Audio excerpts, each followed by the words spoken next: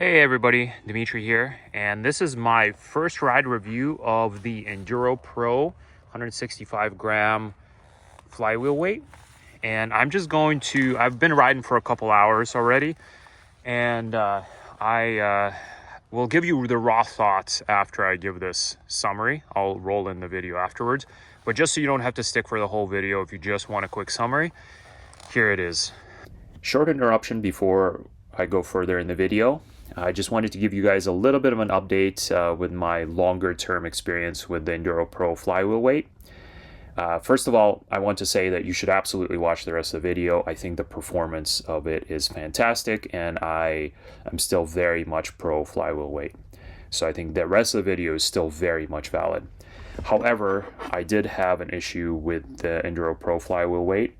You can see I'm holding it in my hand. It is not in my bike anymore, and I have the grub screws here as well, and you can see that they're kind of chewed up. They look like little pellets that have been shot at something. And what has happened is after probably about 10 hours, about 3 or 4 rides, my starter stopped working, and what turned out to be the case is the grub screws backed out and started jamming the Bendix in the bottom of the ignition cover.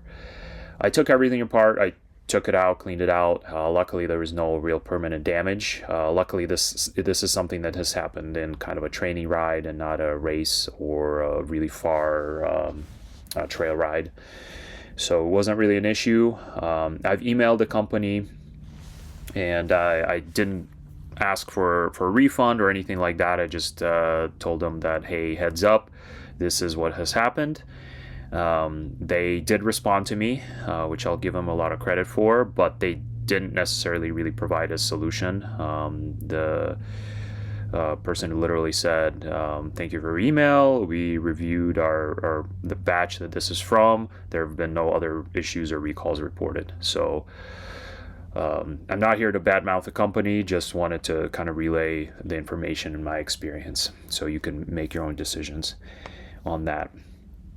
Like I said, I still believe in the flywheel weights. I actually ordered another one from Steely that is a press-on flywheel weight, and I think that should be a little bit more reliable. I think the problem with this design, and I've heard this from other people that are using this similar design, there's Nice CNC makes a similar design, and I've heard of people having them come off.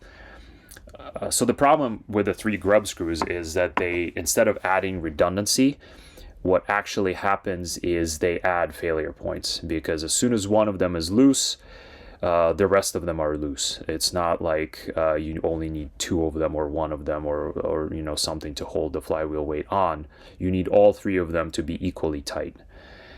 And I think that's the issue. I used Loctite.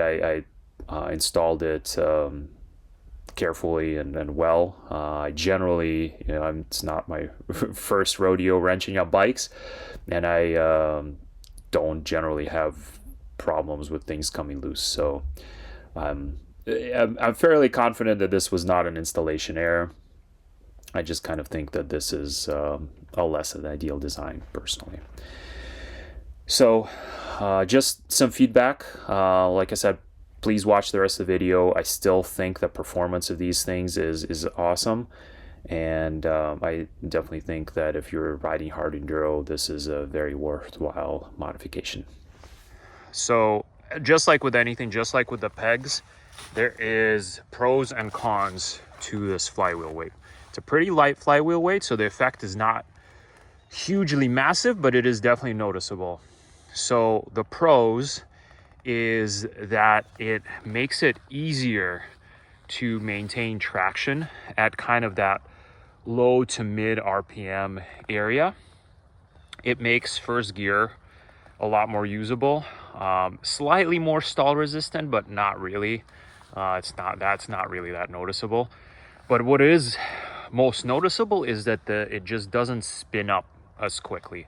If you hit something like you're doing a climb or something like that, or you're just riding, and you hit some wet obstacle that all of a sudden your rear wheel would lose traction, it doesn't spin up on you as quickly, especially if you're in that mid to or low to mid RPM.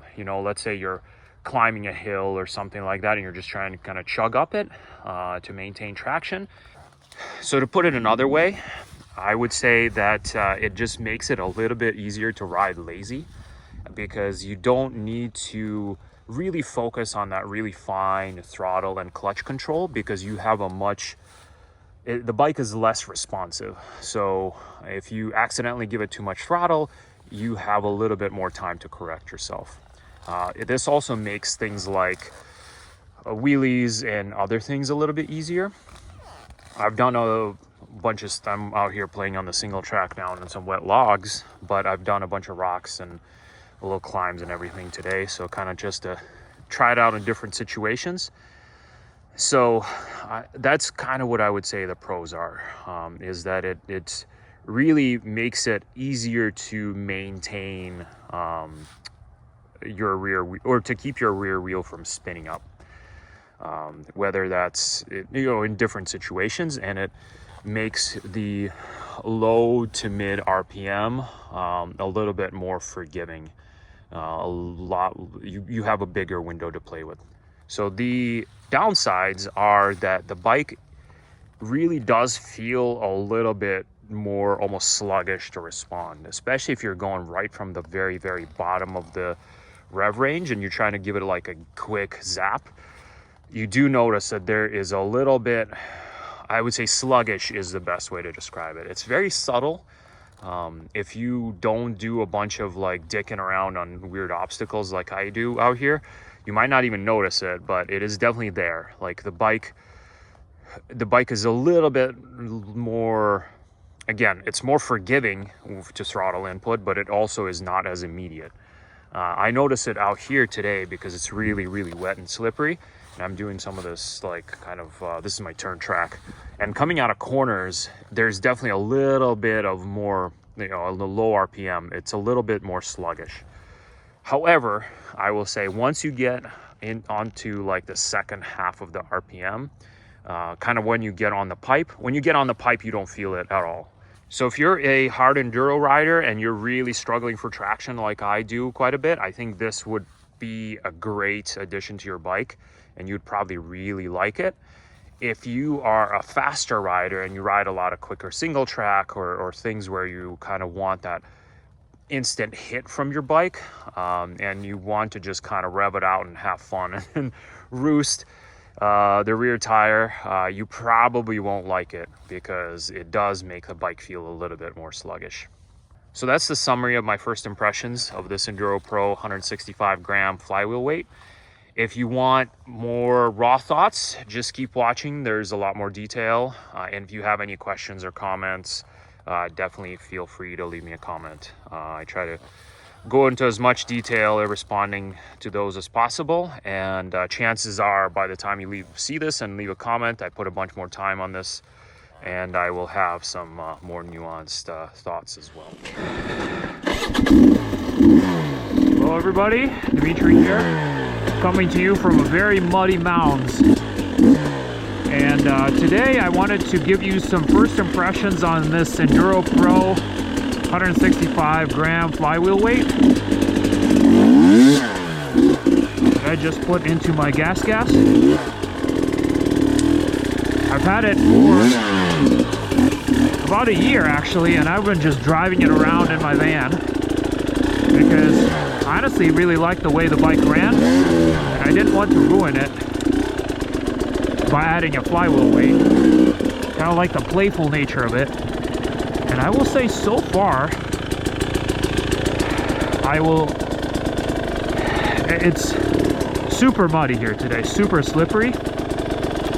And I am noticing a little bit more traction, but it's because it's such a relatively small flywheel weight that I feel like the difference is pretty minor.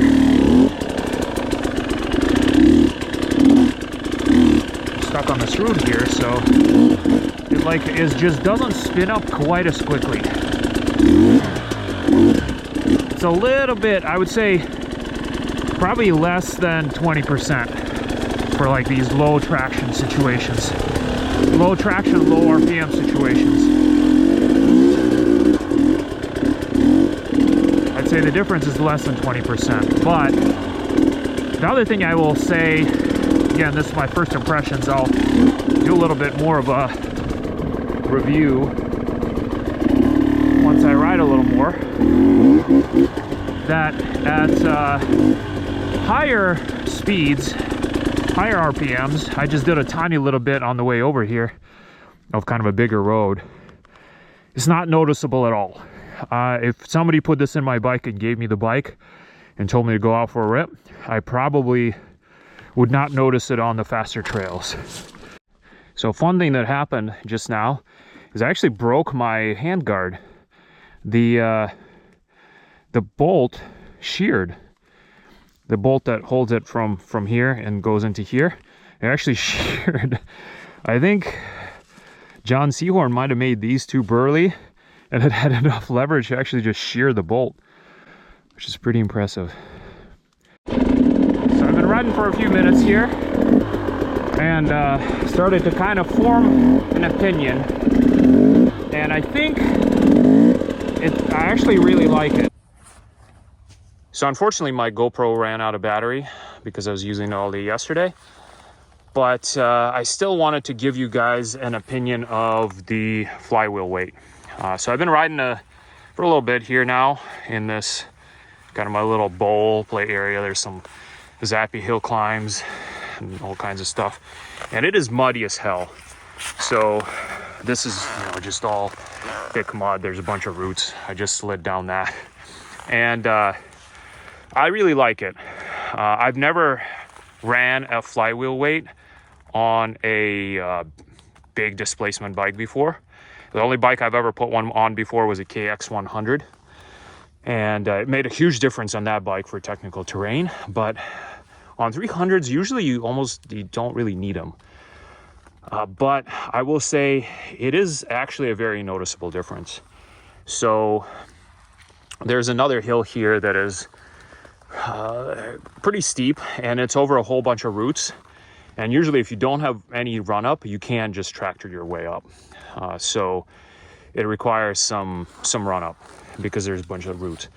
With a flywheel weight, I could tractor up, and I would say the difference that it makes is essentially when you're in that 0 to like quarter to maybe 0 to half throttle, in kind of low to mid RPM, it allows the bike to kind of stay there.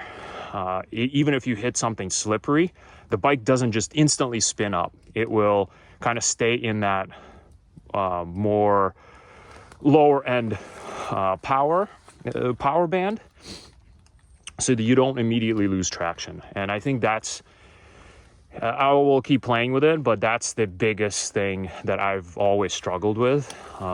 Maybe just because I don't have the greatest throttle control. I'm sure that's something that I need to work on, and I am. But, you know, I'll give you an example here. I actually stopped here specifically so I could record it. But, I mean, it's muddy. There's a bunch of clay and stuff, and I was just kind of playing with the traction. And normally, you give it throttle, it will just immediately kind of start spinning. You have to be super careful. But here I was actually able to pop my wheel up and down.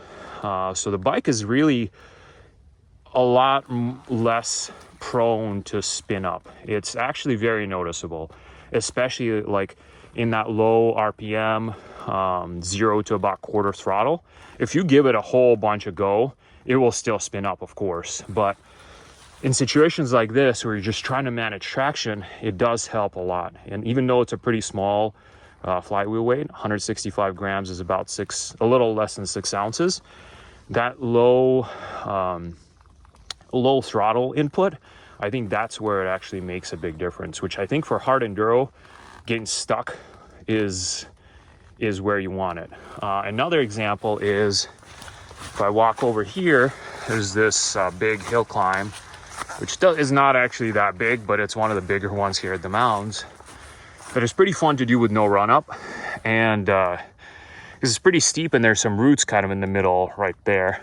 And normally, if you hit that little root there, and if you don't have enough speed, that's where you're going to get stuck. That's why there's a huge it's probably hard to see on camera, but it's a huge dugout V up there because that's where you get stuck.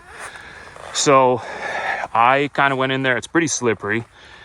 This stuff is snotty as hell here at the bottom. It's just like thick, wet mud.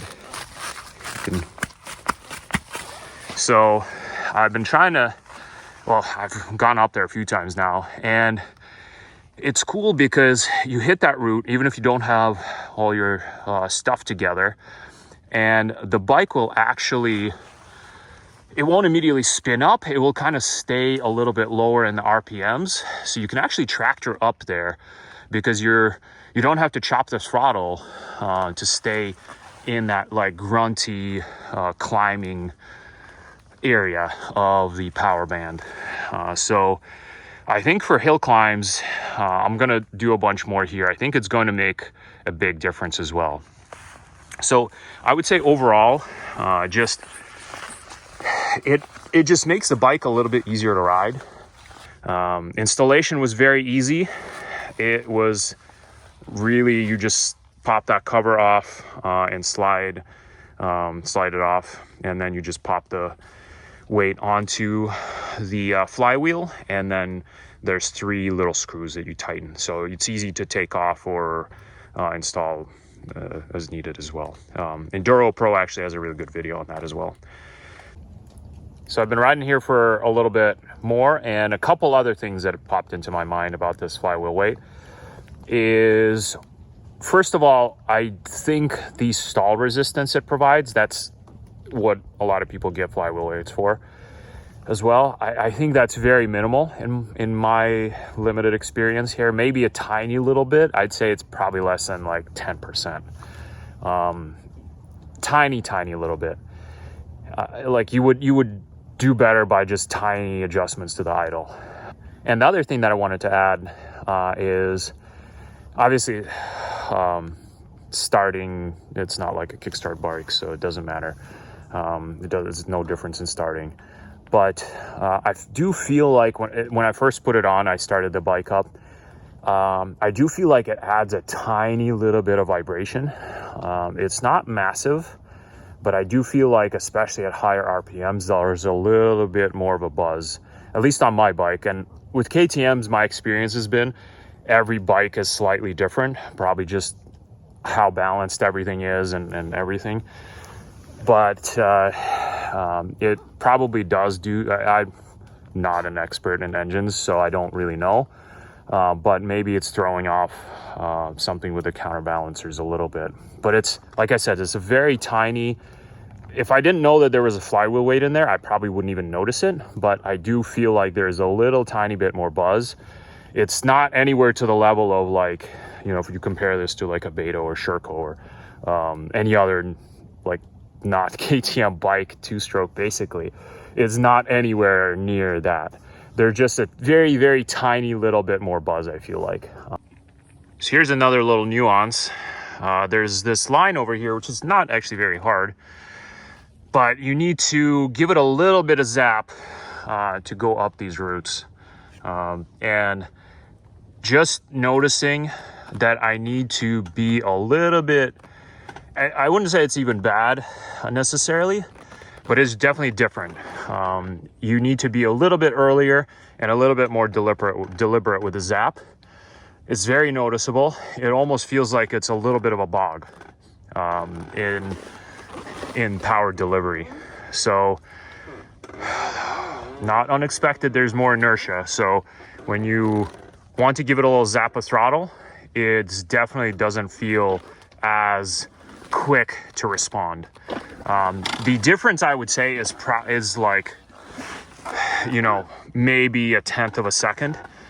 So it's not drastic, but if you're very fine-tuned to hitting obstacles like this, you're definitely going to have to adjust your technique a little bit.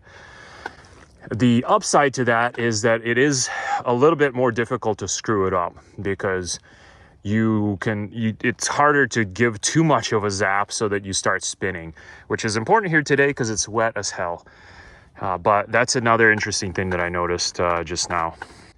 And the other way to think about it is that it really just makes there be a little bit more forgiveness in between what you do with your throttle hand and what the bike does with the engine, or not even so much with the engine, but how much power gets sent to the rear wheel. So there's a little bit more delay. So I just did a bunch of like slow wheelies, that kind of thing. And it's actually a little bit easier because you have a little bit more room to play with, so to speak. So that's definitely a plus. But again, it's pretty noticeable that if you just want like a really quick zap, that's going to be a little bit delayed.